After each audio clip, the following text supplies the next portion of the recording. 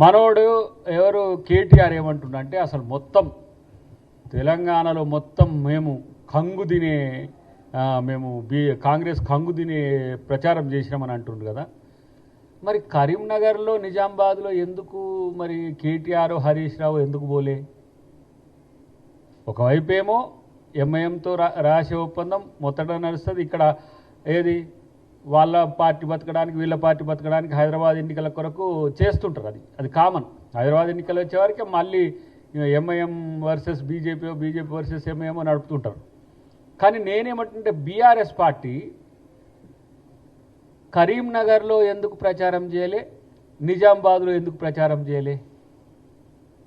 ఇలా ఎవరికి అనుకూలంగా ఉండడానికి ఈ ప్రయత్నం చేసిండ్రు? బీఆర్ఎస్ కాంగ్రెస్ పార్టీ ఒకటి అంటాడు, మళ్ళీ ఎంఐఎం కాంగ్రెస్ పార్టీ ఒకటి అంటాడు. నేనంటున్నా ఉత్తర తెలంగాణలో 6 పైచిలుకు ఎమ్మెల్యేలు గెలిచి ఉన్నారు. 5 పైచిలుకు ఎంపీలు ఉత్తర తెలంగాణలో ఉన్నాయి బీజేపీకి.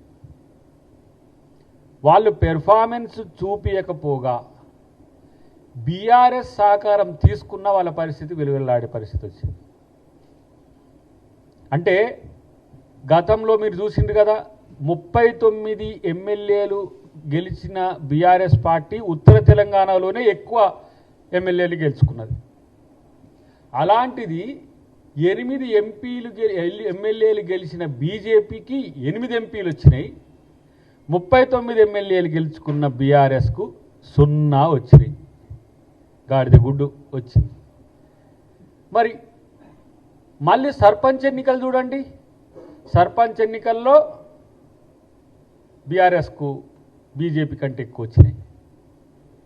మున్సిపాలిటీల్లో బీజేపీ కంటే బీఆర్ఎస్కి ఎక్కువ వచ్చినాయి.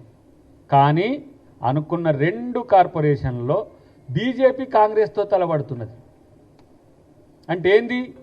ఎక్కడ తగ్గాలో బీజేపీ అక్కడ తగ్గుతుంది, ఎక్కడ పెరగాలనో అక్కడ బీజేపీ పెరుగుతున్నది. దేనికోసం? కాంగ్రెస్ను ఓడించడానికి. బీఆర్ఎస్ పార్టీ ఎక్కడ తగ్గాలనో తగ్గుతుంది బీజేపీ కోసం, ఎక్కడ పెరగాలనో పెరుగుతుంది బీజేపీ కోసం. ఒకరికొకరు. మరోడు అరవింద్ మధ్యన చూసినాగా ఇట్లా అవిభక్త కవలల గురించి చెప్తే ఆయనకు ఆత్మగౌరవ సమస్య వచ్చినట్టు వచ్చింది. ఇప్పుడు మీరు ఫెవికాల్ బంధాన్ని దాటి అవిభక్త కవలల దాటి అసలు మిమ్మల్ని ఒకరు తల నుంచి కాళ్ళ వరకు విడదీయరాని బంధంగా ఏర్పడ్డ పరిస్థితి ఉన్నది.